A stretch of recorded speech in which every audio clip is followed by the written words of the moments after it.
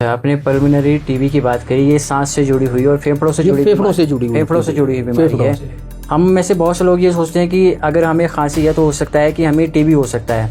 वैसे भी कहते हैं कि अगर 21 दिनों से ज़्यादा आपकी खांसी है तो ज़रूर अपनी बलगम की जांच करवानी चाहिए। टीबी सर कितनी तरह का होता है? पहले खांसी हो सकता है, खांसी हो पर हो सकता है ना हो सकता है कि सिर में बहुत दर्द रहता हो, अच्छा, वो कंफ्यूजन की स्टेट में रहता हो, उसको फिट्स पड़ते हो। नेट टेस्ट होता है, नेट टेस्ट जिसको बोलते हैं कि हम जीन्स देखते हैं कि बैक्टीरिया की जीन्स तो नहीं है उसमें, जेनेटिक।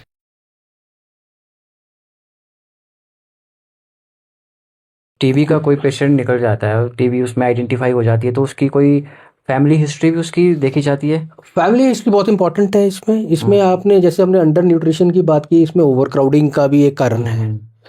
फैमिली हिस्ट्री में अगर आपके पुराने किसी उसमें भाई ने या रिलेशन में किसी और ने भी दवाई खाई है या टीबी हुई है, क्योंकि वो कॉन्टैक्ट्स में उसके कांटेक्ट में रहा है तो उसको चांसेस काफ़ी ज़्यादा है। चांसेस इसके जो हाउस होल्ड कॉन्टैक्ट्स है उसके ऑलमोस्ट 25% टीबी होने के चांसेस ज़्यादा होते हैं कंपेयर टू जनरल पॉपुलेशन। अच्छा। क्योंकि वो उसके साथ रह रहा है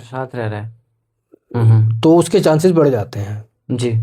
क्योंकि सर आप सोलन स्वास्थ्य विभाग में एज ए ट्यूबरक्लोसिस ऑफिसर अपनी सेवाएं दे रहे हैं, रोजाना कितने केस आते हैं सोलन में? रोजाना डिस्ट्रिक्ट में एट प्रेजेंट जो है आज की डेट में ऑलमोस्ट 960 पेशेंट हमारे ट्रीटमेंट पे चल रहे हैं।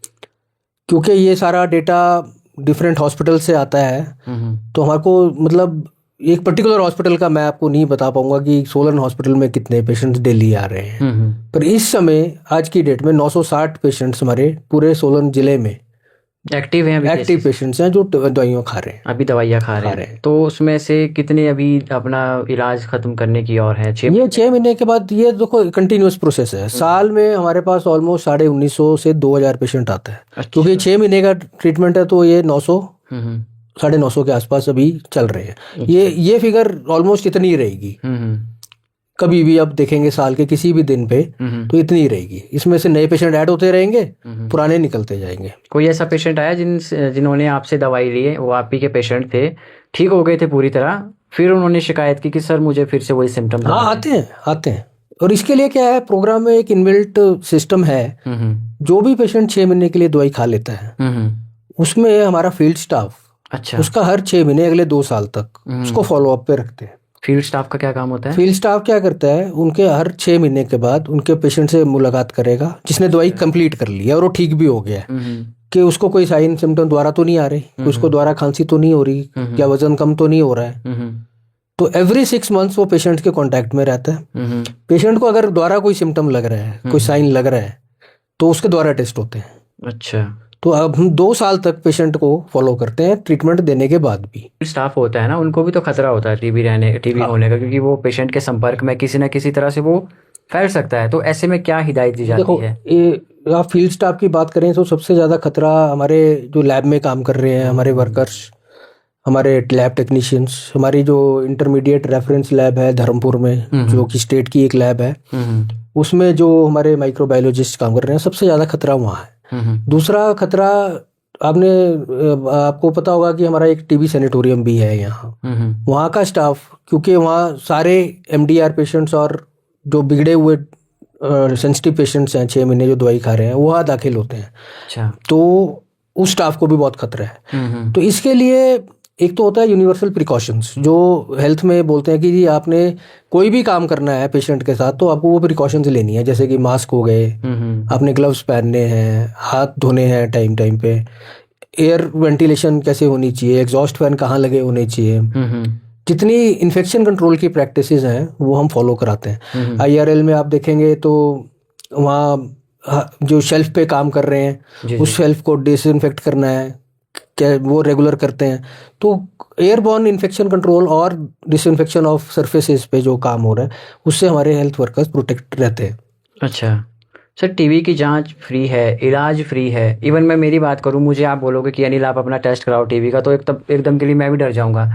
हम डरते क्यों है सर इतना टीबी से? स्टिग्मा, इसमें जैसे हमने बात की, आप डर किसके रहे हो? सोसाइटी से डर रहे हो कि यार मेरे को अगर टीबी निकल गई तो मेरे को सोसाइटी में मैं क्या बोलूँ। बिल्कुल। तो इसी स्टिग्मा की वजह से लोग टेस्ट नहीं करवाते हैं, जबकि ये पूरा तरह से क्योर हो जाएगा, क्योरेबल डिजीज है, और आप बेटर सोसाइटी में पार्ट प्ले करेंगे ट्रीटमेंट के बाद। अगर आप अनडायग्नोज्ड रहे, स्टिग्मा की वजह से आपने खांसी है चलती जा रही है, दवाइयों से ठीक नहीं हो रही और आप टेस्ट नहीं करा रहे हैं, तो आप ये भी तो देख रहे हैं कि हम एक आप अनडायग्नोज्ड पेशेंट साल में 15 नए पेशेंट खड़े करते हैं। बिल्कुल। हम दूसरी तरफ बात कर रहे हैं कि हमने टीबी खत्म करनी है, तो टीबी खत्म करने के लिए स्टिग्मा खत्म करना बहुत जरूरी है। लोगों का सहयोग बहुत ज्यादा है इसमें। अच्छा, जन भागीदारी जिसको बोलते हैं कि जन भागीदारी में ये सारा कुछ जन भागीदारी होगी तभी कोई तो सिर्फ हेल्थ डिपार्टमेंट का रोल नहीं है, इसमें पूरी कम्युनिटी को अपना रोल प्ले करना है। बिल्कुल, इसमें लोगों को साथ आना होगा। और जो स्टिग्मा को लेके बार बार बात हो रही है, जब तक ये स्टिग्मा खत्म नहीं होगा शायद टीबी भी खत्म नहीं होगा, भले सरकार जितने मर्जी कैंपेन चला ले, हेल्थ डिपार्टमेंट की ओर से जितने मर्जी कैंपेन चले। सर, अभी आपने जवाब दिया, बीच में खांसी का जिक्र हुआ, और सवाल ये है कि क्या किसी को अगर 2 हफ्ते से ज्यादा खांसी है तो कंफर्म है कि टीबी है? कंफर्म नहीं है। हाँ। उसको टेस्ट से ही हम बता पाएंगे कि वो कंफर्म्ड है कि नहीं है, क्योंकि इसका जो टेस्ट हम बलगम का करते हैं वो अब हम आजकल, आपने नेट सुना होगा, नेट टेस्ट करते हैं। उस नेट टेस्ट में अगर बहुत कम बैक्टीरिया भी अगर बलगम में होता है वो भी निकल आता है। जी जी। तो जब वो उस टेस्ट में निकल आएगा तो अब हम उसको कहते हैं कि उसको टीबी है। जी जी। और अगर उस टेस्ट में नेगेटिव आता है और पर फिर भी किसी भी ट्रीटिंग फिजिशियन को ये लग रहा है कि यार इसको टीबी हो सकता है, चाहे वो टेस्ट में नहीं आ रहा है, उसका वजन कम हो रहा है, उसने और दवाइयाँ खा ली उससे असर नहीं हुआ, तो भी उसको हम टीबी की दवाइयों पर डाल सकते हैं। अभी पिछले साल सोलन स्वास्थ्य विभाग की ओर से नगर निगम कर्मचारियों के लिए टीबी का चेकअप फ्री वो कैंपेन रखा गया था, उसमें आप ही थे, आपसे बड़ी सारी बातें भी हुई थी मेरी। सर, हिमाचल में बहुत से लोग हैं, गांव देहात के लोग हैं, और वैसे आपने बताया भी थोड़ी देर पहले कि जहाँ पे जनसंख्या ज़्यादा है, भीड़ भड़ाका है, वहाँ पे ये बीमारी फैलने का खतरा है।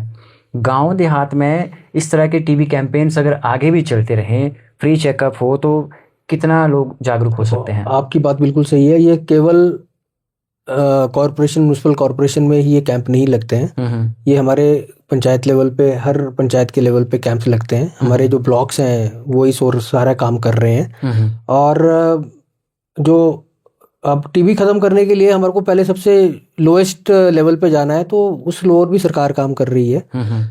इसके तहत जो है हमारा टीबी मुक्त पंचायतें हम घोषित करेंगे अभी 24 मार्च को। जी जी। टीबी मुक्त पंचायत को बनने के लिए कुछ 5 या 6 क्राइटेरियाज हैं। जी जी। अगर जो भी पंचायत उसके क्वालिफाई कर जाती है, तो पहले साल अगर वो क्वालिफाई करती है तो उसको वो ब्रॉन्ज मेडल के लिए क्वालिफाई हो जाती है पंचायत। हाँ, इसके जो अवार्ड्स हैं वो 24 मार्च वर्ल्ड टीबी डे वाले दिन माननीय हमारे जो डीसी साहब हैं उनके माध्यम से दिए जाते हैं पंचायतों को।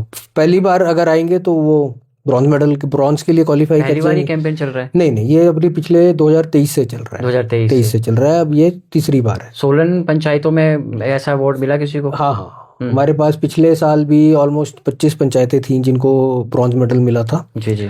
अब क्योंकि 23 से शुरू हुआ था, इस बार गोल्ड के लिए भी हमारी कोशिश है कि हमारी कुछ एक पंचायतें गोल्ड के लिए भी क्वालिफाई करेंगी। जो सरकारी डाटा कहता है हेल्थ डिपार्टमेंट का कि जो 2 हफ्ते से ज़्यादा खांसी है तो टीबी की जांच जरूरी है, बल्कि जो दूसरा एक कैंपेन चला हुआ है भारत सरकार की ओर से कि 1 हफ्ते से ज्यादा खांसी है तो टीबी की जांच जरूरी है। दोनों में डिफरेंस कुछ नहीं है। वो टीबी मुक्त भारत अभियान है, उसमें एक 45 कैटेगरीज हमने आइडेंटिफाई कर दी हैं, जिसमें कि मतलब डायबिटीज वाले हो गए, हाइपरटेंशन वाले हो गए, प्रेग्नेंट लेडीज होगी।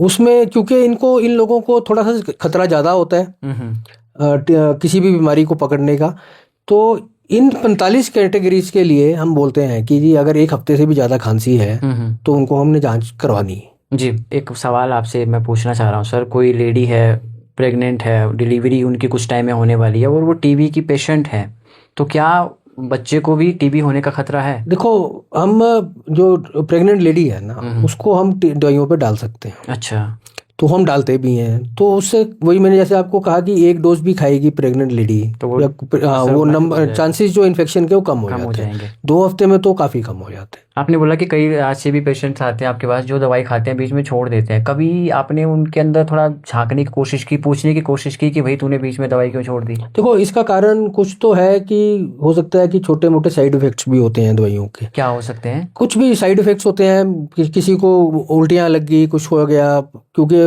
As per guideline, as per जैसे दवाई खानी है वैसे नहीं खा पा रहे हैं, तो हो सकता है उनके और कोई कोमोर्बिडिटी साथ में हो जिससे कि दवाइयों का उनसे साइड इफेक्ट हो रहा है। तो वो लोग थोड़े बहुत होते हैं। जी जी। मैक्सिमम लोग अडियर करते हैं ट्रीटमेंट को, ऐसी बात नहीं है। बहुत कम लोग हैं जो बीच में दवाई छोड़ते हैं। सोलन डिस्ट्रिक्ट में कोई ऐसा केस तो नहीं आया टीबी से जिनकी डेथ हुई हो? सोलन के डिस्ट्रिक्ट में डेथ्स हुई हैं इस बार हमारे पास पिछले साल 2025 मतलब जनवरी से दिसंबर तक ऑलमोस्ट 90 डेथ्स हुई हैं। क्या रीज़न था? मल्टीपल रीजंस होते हैं। अच्छा। मतलब एक रीजन नहीं बता सकते इसका। नहीं मतलब किसी ने दवाई छोड़ दी हो या दवाइयों ने असर नहीं किया? ऐसा नहीं है। दवाइयों का असर अगर नहीं है तो उसके लिए सिस्टम में फिर वो बना हुआ है सिस्टम कि उसका दोबारा टेस्ट होगा, उसका अगली दवाइयों के लिए टेस्ट होगा। अगर वो दवाइयां असर नहीं कर रही हैं, MDR TB की तरफ लेके जाते हैं। तो ये मल्टीपल रीजंस हैं, कोई ऐसा नहीं है कि क्यों हुआ। जी जी। एक लक्ष्य हमने रखा था 2025 तक टीबी मुक्त घोषित होने का, नो डाउट उसमें कहीं ना कहीं करीबी की ओर है हम। पर टीबी मुक्त भारत तभी होगा जब हर राज्य का अपना एक योगदान होगा। सोलन जो है हमारा टीबी मुक्त घोषित हो, इसके लिए सोलन स्वास्थ्य विभाग क्या कुछ प्लानिंग कर रहा है? जितना भी प्रोग्राम के नेशनल ट्यूबरकुलोसिस एलिमिनेशन प्रोग्राम के अंतर्गत जो भी कार्य कर रहे हैं, सोलन जिला सारे कार्य कर रहा है। और ये इंश्योर कर रहा है कि number of deaths, number of जो नए पेशेंट्स हैं वो हम जल्दी से जल्दी, नंबर ऑफ डेथ्स कम हो और नए पेशेंट जो हैं हम जल्दी डायग्नोस करें और जो कि उनको ट्रीटमेंट पे डालें। जी। क्योंकि 2015 से अगर हम अब 2025 में हैं, 10 साल हो गए हैं, उस समय 2015 में जो नंबर ऑफ टेस्ट होते थे वो बहुत कम होते थे कंपेयर टू 2025। अब नंबर ऑफ टेस्ट इतने बढ़ा दिए गए हैं कि हमारे पेशेंट्स भी निकलने लग गए हैं उससे ज़्यादा। बिल्कुल। तो हमारा मेन पर्पस तो यही है कि हमने पेशेंट्स को निकालना है, जो कि हम उनको ट्रीटमेंट पे डालें और टीबी मुक्त भारत की ओर तभी हम बढ़ पाएंगे। जी बिल्कुल सही। आप मतलब डेटा ये कहता है कि नंबर ऑफ टेस्ट बढ़ने से हमारे पेशेंट्स भी बढ़ेंगे सर। नहीं तो हम हो सकता है कि हम पेशेंट्स मिस कर रहे हो। तो मतलब हम ये सोच के चलें कि आने वाला वक्त ऐसा है कि टीबी मुक्त भारत जरूर होगा, जैसे फिलहाल टीबी मुक्त पोलियो मुक्त भारत है हमारा। कोशिश पूरी है और होगा। तो जिस हिसाब से गवर्नमेंट की कमिटमेंट है, पॉलिटिकल कमिटमेंट है, एडमिनिस्ट्रेटिव कमिटमेंट है, इंटर सेक्टोरल अब काम हो रहा है। सिर्फ हेल्थ डिपार्टमेंट ही नहीं, हमारे पंचायती राज के सारे नुमाइंदे, हमारे MPs MLAs, हमारा प्राइम मिनिस्टर ऑफिस जब इसको डेली मॉनिटरिंग कर रहा है तो जरूर इसमें हम सफलता प्राप्त करेंगे। जी।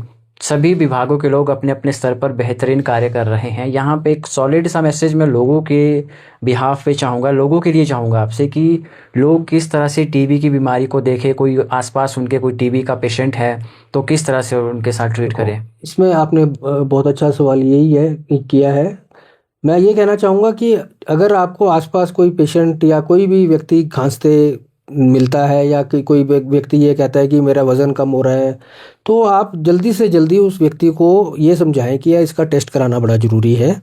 और इसका टेस्ट होने पे अगर टीबी निकलता भी है तो इसका इलाज मुफ्त है और इलाज पूरी तरह संभव है और इसमें कोई भी खर्चा पेशेंट का नहीं होने वाला। अच्छा, एक सवाल जो शायद मुझे सर शुरू में ही पूछ लेना चाहिए था, सबसे मेन सवाल तो मैं भूल ही गया कि एक तो फेफड़ों की बीमारी में, सांस की बीमारी में टीबी है, और क्या सिम्टम्स हो सकते हैं? वजन कम होना आपने बताया। आपने बिल्कुल सही है, हमने शुरू में एक्चुअली करना था। तो एक तो खांसी हमने बोला, खांसी के साथ बलगम आना, बलगम में खून आना। फिर एक होता है कि रात के समय सोते समय पसीना आना। पसीना भी ऐसे नहीं कि छोटा मोटा, आपके पूरे कपड़े गिले हो रहे हैं, उसको हम नाइट स्वेट्स बोलते हैं। अच्छा। वो एक सिम्टम है।